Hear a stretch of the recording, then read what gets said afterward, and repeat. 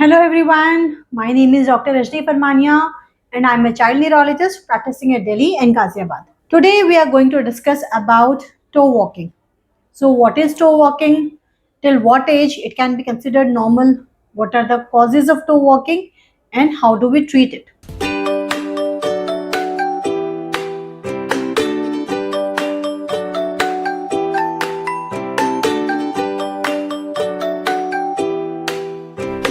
So let us first discuss what is toe walking. Toe walking क्या होता है? So toe walking is simple as we know कि जब बच्चा चलने लगता है एंड जब वो चलेगा तो ऐसे टोज पे चल रहा है और हील नहीं बैठा रहा, so उसको हम बोलते हैं कि टो वॉकिंग बच्चे की हो रही है.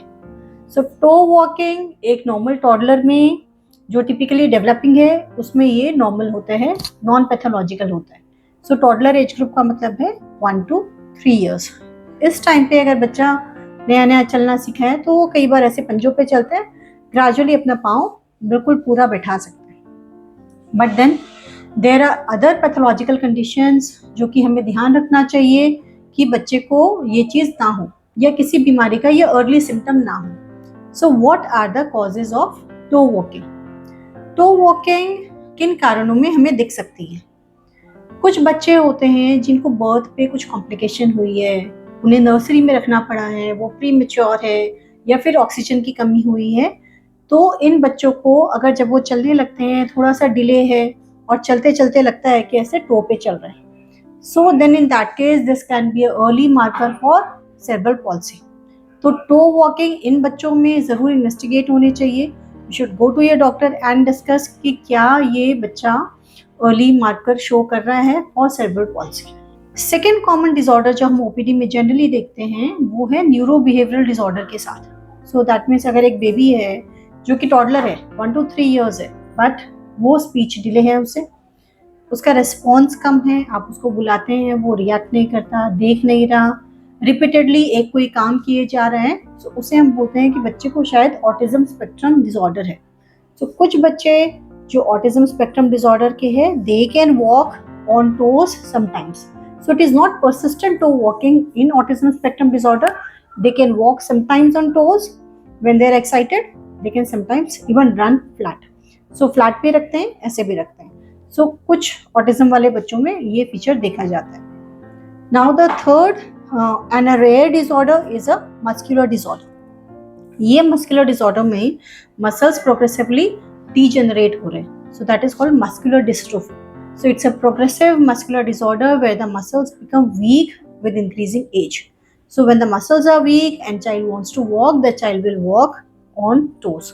So बच्चा पहले तो नॉर्मल चल रहा था ठीक से और अब कुछ टाइम से अगर हमें लगता है कि टो वॉकिंग कर रहा है, उसको बैठ के उठने में दिक्कत आ रही है, ऐसे सीढ़ी चढ़ने में दिक्कत आ रही है, तो इसके मतलब है कि उसके मसल्स वीक हैं, उसके थाई के मसल्स, उसके काफ के मसल्स वीक हो सकते हैं जिसकी वजह से उसे टो वॉकिंग आई है.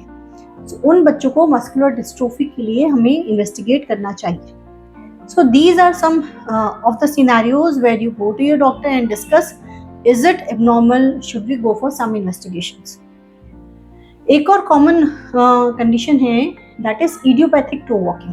दैट मीन्स कि बच्चा टिपिकली डेवलपिंग है, बर्थ पे कोई हिस्ट्री नहीं है, स्पीच भी ठीक है, अंडरस्टैंडिंग भी ठीक है, डेवलपमेंट ओवरऑल ठीक है, बट बच्चा हील पे रखना ही नहीं चाहता है. So that is called idiopathic toe walking or habitual toe walking. So this is not uncommon. काफ़ी हम देखते हैं बच्चा हील पे रख के चलना ही नहीं चाहता है. So जो ये habitual toe walkers हैं इनके सारे investigations अगर हम करें तो भी नॉर्मल होंगे. एंड क्योंकि ये हील नहीं बैठाते, कई बार इनके जो टेंडोएचेलिस जॉइंट है वो टाइट हो जाते हैं, सो टीए टाइटनेस महसूस हो सकती है. तो इन बच्चों में how to treat children with toe walking, toe walking हम कैसे ट्रीट करें? तो सबसे कॉमन एंड इम्पॉर्टेंट काम है physiotherapy. So physiotherapy with ankle stretching exercises, strengthening exercises will help out in many cases of toe walking. So आगे next step जाने की ज़रूरत ही नहीं पड़ेगी. So physiotherapy is one. Second is ankle foot orthosis. That means एक ऐसा सांचा जो कि पाँव को शेप दे. So these are called splints और ऑर्थोसिस.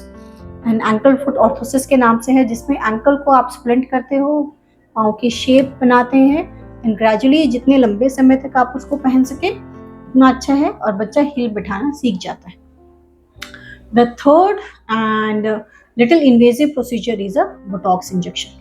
तो किसी बच्चे में अगर बहुत ज़्यादा टीए टाइटनेस है, उसको एंकल जॉइंट को मूवमेंट बहुत कम है, तो बोटॉक्स इंजेक्शन से ये जो मसल्स में हम देते हैं इससे मसल्स थोड़ी रिलीज हो जाती है एंड एंकल जॉइंट की जो मूवमेंट है वो आसानी से हो सकती है। But only Botox is not the treatment, Botox के साथ में फिजियोथेरेपी करनी बहुत ज़रूरी होती है। So these are the common processes through which we treat toe walking. कुछ बच्चे जो सीपीके होते हैं उन्हें प्रॉपर ऑर्थोपेडिक सर्जरी भी लगती है, but these are individualised cases, we can always discuss in OPD. I told you the simple and the overall treatment options which we do for toe walking in our OPD.